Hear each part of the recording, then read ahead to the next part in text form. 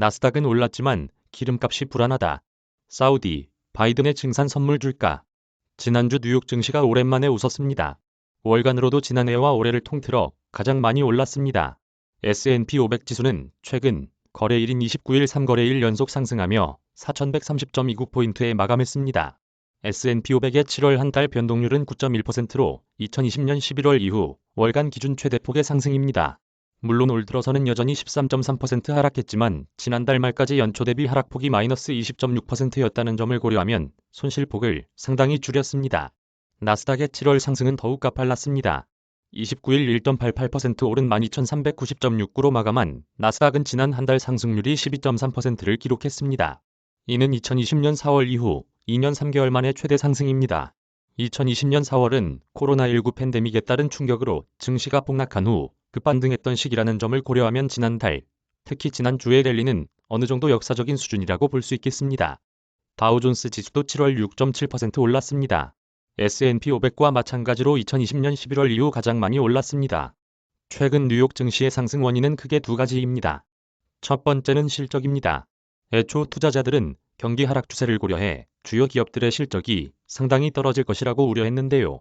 물론 기업마다 상황은 다르겠지만 막상 뚜껑을 열어보니 예상보다 선방이었습니다. 팩트세트에 따르면 S&P 500 지수에 편입된 기업 중 절반이 조금 넘는 기업이 지금까지 2분기 실적을 발표했는데요. 이 가운데 73%의 기업이 예상치를 웃도는 주당순이익을 발표했습니다. 물론 5년 평균은 77%라는 점을 고려하면 낮아졌습니다. 포인트는 두려움에 떨었던 것을 고려하면 괜찮다입니다. 시장의 단기 움직임은 대개 절대치보다 예상치에 부합하느냐에 민감하게 반응하는 만큼 일종의 안도감이 확산됐습니다. 지난주 실적을 발표했던 기업 중 애플은 2분기에 매출이 줄어들 것이란 시장의 예상을 깨고 지난해 같은 기간보다 1.87% 증가한 830억 달러의 매출을 올렸습니다. 아마존도 시장 전망치보다 높은 2분기 매출을 기록했다. 물론 두 기업 다 순이익은 떨어졌습니다만 우려보다 높았습니다. 조 바이든 대통령이 앞서 신보다 더 많이 번다고 분개했던 정유사들은 순이익이 고공행진했습니다. 엑손모빌은 전년 동기보다 4배 가까이 급등한 179억 달러의 순이익을 올렸습니다.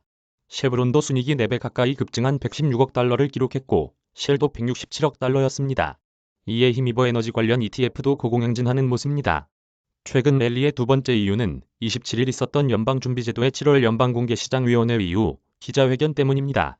일단 이 회의에서 미국의 기준금리는 기존 1.5에서 1.75%에서 2.25에서 2.5%로 0.75%포인트 올라갔는데요. 이런 인상률 자체는 이미 연준의 매파 인사들이 예고를 한 바 있습니다.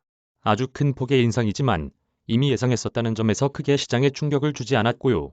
오히려 투자자들은 이날 FOMC 기자회견에서 제롬 파월 연준 의장의 발언을 듣고 금리가 더 오르지 않을 수 있겠다 하는 안도감을 얻은 듯합니다. 핵심 발언은 바로 이 발언이었습니다. As the stance of monetary policy tightens further, it will become appropriate to slow the pace of increases while reassess how cumulative policy adjustments are affecting the economy and inflation. 통화 정책이 더욱 조여졌습니다. 누적되고 있는 정책 조정이 경제와 인플레이션에 어떻게 영향을 미치는 판단해가면서 금리 인상폭의 증가세를 낮추는 것이 적절할 겁니다.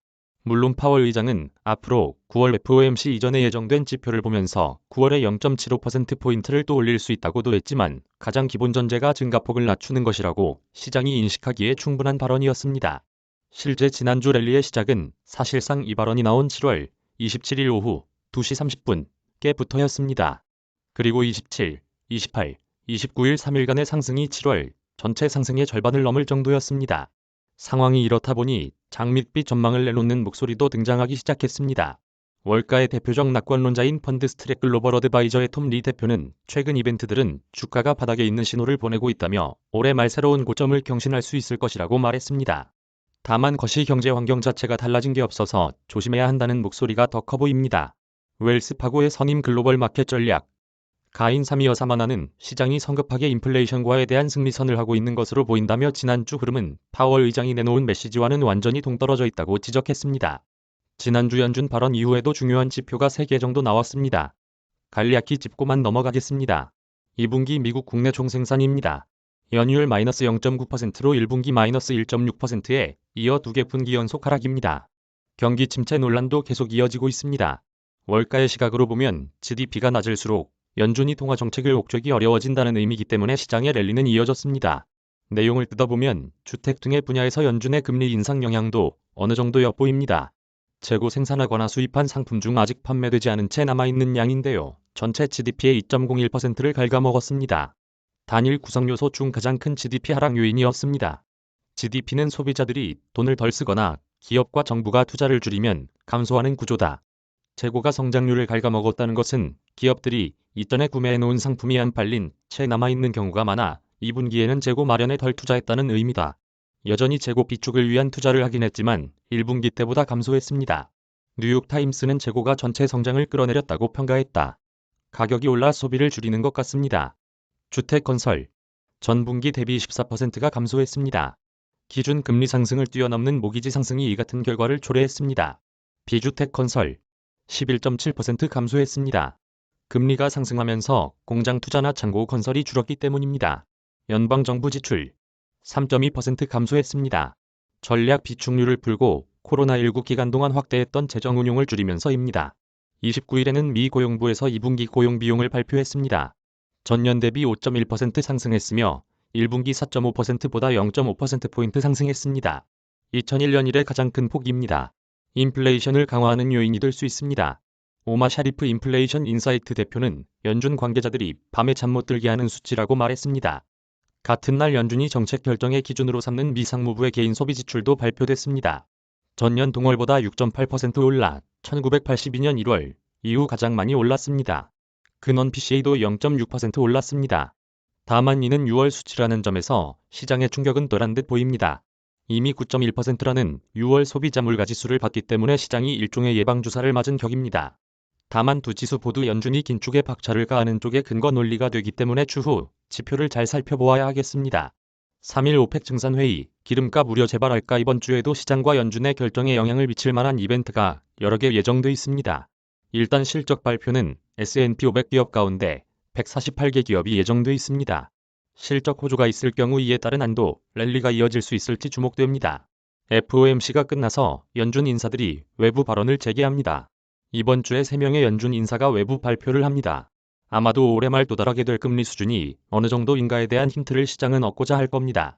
개인적으로는 고용과 산유국 회의죠. 오펙 회의가 다음 주에 가장 중요한 이벤트로 꼽고 싶습니다. 날짜별로 살펴보겠습니다. 1일 월요일 실적 액티비전 블리자드, 대번 에너지, 추민포, 램벗, 보네이도, 제너스 파이낸셜, 에이비스 버짓, CF 인더스트리즈, 모자이크, 사이먼 프로퍼티 그룹, 체크포인트 소프트웨어, 로우스, 제이콥스 엔지니어링, 레티스 세미컨덕터 산미나, 다비타. 발표 및 연설.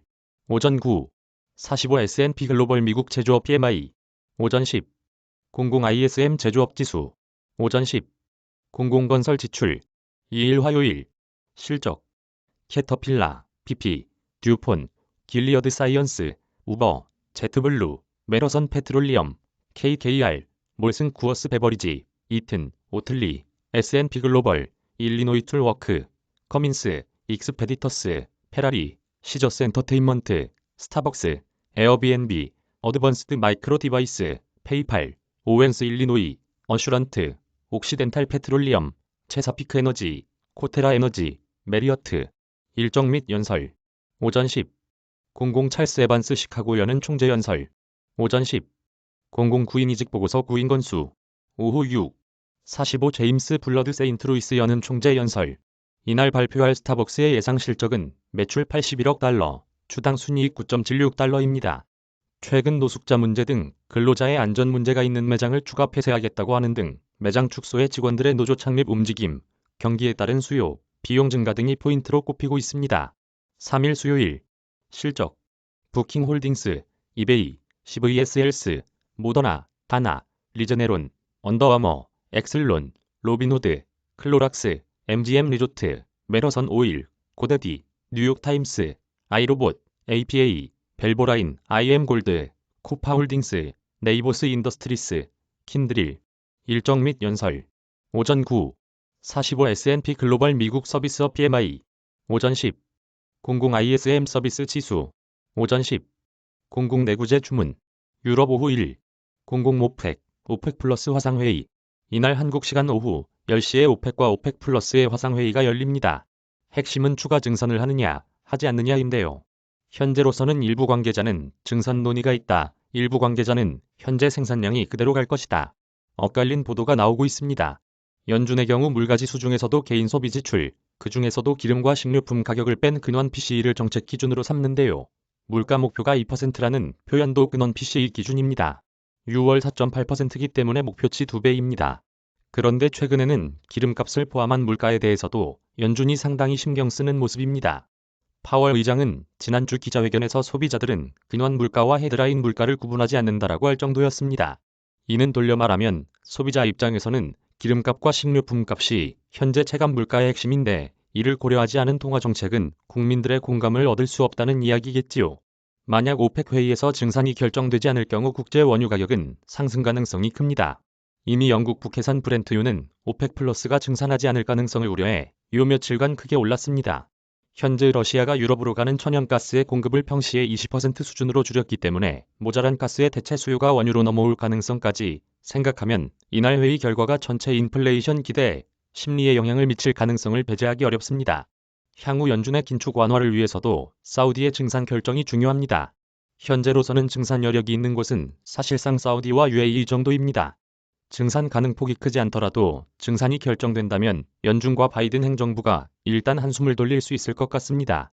4일 목요일 실적 일라이 릴리, 암젠, 알리바바 시그나, 에어프로덕트, 켈로그, 드롭박스, 익스피디아, 볼 코퍼레이션, 베톤 디킨슨, 엣지웰 퍼스널 케어, 아이언 마운틴, 시월드, 톰슨 로이터, 케닛, 코노코 필립스, 인터콘티넨탈 익스체인지, 파라마운트 글로벌, 쉐이크쉑, 블록, 도어대시, 트리버드바이저, 리프트, 누스킨, 진로우, 버진 갤럭틱, 데이터도그, 듀크 에너지, 모토롤라 솔루션, AMC 엔터테인먼트, 엑스피오로직스, 카바나, 크록스.